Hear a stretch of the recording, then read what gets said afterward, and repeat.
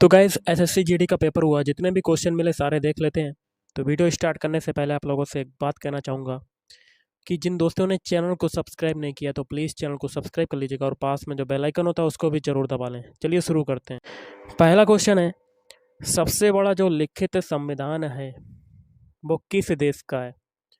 सबसे बड़ा लिखित संविधान की अगर बात करें तो ये है भारत का। अगला है, लोकसभा का कार्यकाल कितने वर्षों का होता है?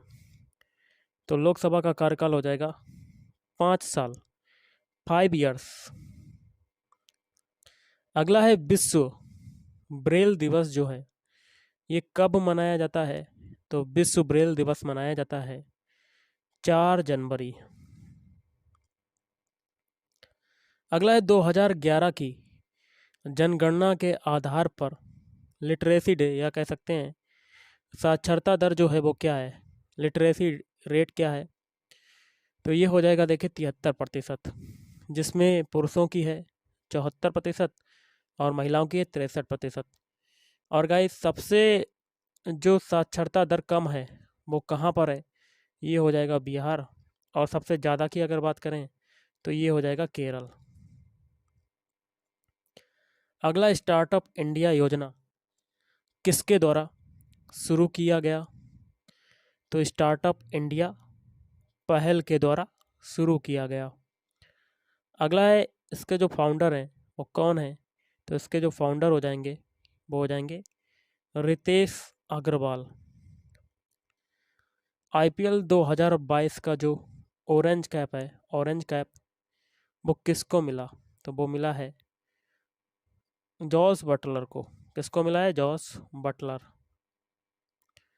नीति आयोग का जो फुल फॉर्म होता है वो क्या होता है? नीति आयोग का फुल फॉर्म होता है national institution of transforming India आयोग। अगला है, सत्रिया नृत्य जो है वो कहाँ का है? सत्रिया नृत्य जो हो जाएगा ये हो जाएगा असम। अगला क्वेश्चन है, CSIR का महानिदेशक किससे बनाया गया? तो CSIR का महानिदेशक बनाया गया नल्ला थम्बी कलाई सेल्वी। अगला है, महाराष्ट्र की राज्यसभा के नए सदस्य कौन बने 2022 में? तो एक तो संजय राउत, लेकिन ऑप्शन में जो आपका आंसर बनेगा वो हो जाएगा पीयूष गोयल। अगला है, इनमें से कौन क्रिकेट का खिलाड़ी नहीं है? 4 ऑप्शन थे, तो उसमें से देखिए जो अगर पेपर के हिसाब से बात करें तो उसका जो आंसर था वो हो जाएगा साइना नेहवाल। अगला है, पहली पंचवर्षीय योजना जो है ये कब आई? तो ये आई थी 1951। खिलाफत आंदोलन जो है ये कब हुआ था? तो खिलाफत आंदोलन हुआ था 1919। अगला है, सागा दावा जो पर्व है ये कहाँ का है? तो सागा दावा पर्व है सिक्किम का। एक क्वेश्चन गौतम बुद्ध से आया था, तो इस तरह का क्वेश्चन बन सकता है कि इन्होंने अपना पहला उपदेश कहाँ दिया था? तो ये दिया था सारनाथ। स्वदेशी आंदोलन का जो प्रभाव है किस राज्य पर सबसे ज़्यादा पड़ा था? तो ये हो जाएगा बंगाल। कहाँ पर पड़ा था? बंगाल। अगला है, रवि कीर्ति किसके दरबारी कवि थे? तो रवि कीर्ति जो थे वो पुलकेशियन द्वितीय के दरबारी कवि थे। अगला है, गुरु नानक देव का जो जन्म है ये कहाँ पर हुआ था? तो ये हुआ था तलवंडी में। कहाँ पर हुआ था? तलवंडी। आईपीएल 2022 जो है वो किसने जीता? तो ये जीता था गुजरात टाइटंस ने। तीसरी पंचवर्षीय योजना किससे संबंधित है? तो एग्रीकल्चर से संबंधित है या कह सकते हैं कृषि से संबंधित है। अगला है, 42वां संविधान संशोधन कब हुआ था? तो 42वां संविधान संशोधन हुआ था 1976। स्वदेशी आंदोलन जो है ये कब हुआ था? तो ये हुआ था 1905। अगला, कुचिपुड़ी जो है वो कहाँ का नृत्य है? कुचिपुड़ी जो है यह है आंध्र प्रदेश का नृत्य। अगला, सबसे ज़्यादा वर्षा कहाँ पर होती है? तो इसका आंसर आपको कमेंट बॉक्स में कमेंट करके बताना कि क्या हो सकता है। अवध को अंग्रेजों ने कब अपने कब्जे में लिया था? तो ये लिया था 1856। अब देखिए गाइस, हिंदी के कुछ क्वेश्चन देख लेते हैं, जैसे कि ज्योत्सना का शुद्ध रूप क्या होता है? ज्योत्सना। जल का पर्यायवाची क्या होता है? तो जल का होता है पर्यायवाची पानी और नीर। दिवस का पर्यायवाची क्या होता है? तो दिवस का पर्यायवाची होता है दिन। गूलर का फूल होना, इसका अर्थ क्या होता है? मतलब दिखाई ना देना।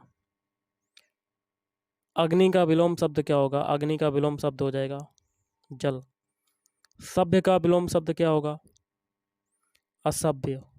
अगला है हवा का पर्यायवाची क्या होता है? तो पवन, वायु, समीर। निरर्थक का विलोम शब्द सार्थक। दुख का पर्यायवाची एक आया था, दुख का पर्यायवाची क्या होता है? इसका आंसर आपको बताना है कमेंट करके कि क्या हो सकता है इसका आंसर। कुछ क्वेश्चन देख लेते हैं जो कि आने वाले एग्जाम के लिए इंपॉर्टेंट हैं, जिनके आगे आने वाले शिफ्टों में लगे हुआ एग्जाम है। पहला है, जो सदा दूसरों पर संदेह करता हो, तो वो क्या कहलाता है? वो कहलाता है ऑप्शन डी, संकालू कहलाता है। किसी विषय की पूरी छानबीन करना, तो ये क्या कहलाएगा? तो ऑप्शन ए, विवेचन कहलाता है। क्या कहलाता है? विवेचन। अंतेवासी, तो अंतेवासी का क्या होगा? ऑप्शन सी, गुरु के समीप रहने वाला शिष्य क्या कहलाता है? अंतेवासी। मोक्ष की इच्छा करने वाला, तो मोक्ष की इच्छा करने वाला कहलाता है मुमुक्षु। अगला, जिसके पास कुछ ना हो, तो वो कहलाएगा ऑप्शन है अकिंचन। छेपक, तो छेपक का क्या हो जाएगा? ऑप्शन सी, कृषि ग्रंथ में, किसी ग्रंथ में अन्य व्यक्ति द्वारा जोड़ा गया भाग। अगला, थोड़ा जानने वाला क्या कहलाता है? थोड़ा जानने वाला, तो ऑप्शन है अल्पज्ञ कहलाता है। जिस तर्क का कोई जवाब ना हो, तो ऑप्शन डी, अकाट्य कहलाता है। क्या कहलाता है? अकाट्य। जिसे बुलाया ना गया हो, तो वो क्या कहलाएगा? ऑप्शन ए, अनाहूत कहलाता है। अनाहूत। स्त्री जो अभिनय करती हो, तो वो क्या कहलाएगी? ऑप्शन सी, वो कहलाती है अभिनेत्री। अगला है आशा से बहुत अधिक, तो वो कहलाता है ऑप्शन है आशातीत कहलाता है। जिसकी आशा ना की गई हो, तो ऑप्शन सी, वो कहलाता है अप्रत्याशित। जो आंखों के सामने ना हो, वो क्या कहलाएगा? परोक्ष कहलाता है। क्या कहलाएगा? परोक्ष। अगला, जो किए गए उपकारों को मानता है, तो ऑप्शन है वो कहलाता है कृतज्ञ। जिस स्त्री का पति जीवित हो, तो ऑप्शन सी, उसको कहेंगे सदभा।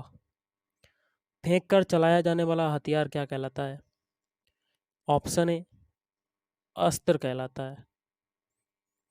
जिसका इंद्रियों से अनुमान ना हो सके, तो वो क्या कहलाएगा? ऑप्शन बी, अतीन्द्रिय कहलाता है। ऐसा रोग जिसका उपचार संभव ना हो, तो ऑप्शन डी, असाध्य कहलाएगा। किसी बात को करने का निश्चय, तो ऑप्शन बी हो जाएगा संकल्प। जो कानून के अनुकूल ना हो, तो वो हो जाएगा अवैध। तो गाइस, आज के इस वीडियो में इतना ही। थैंक यू, धन्यवाद।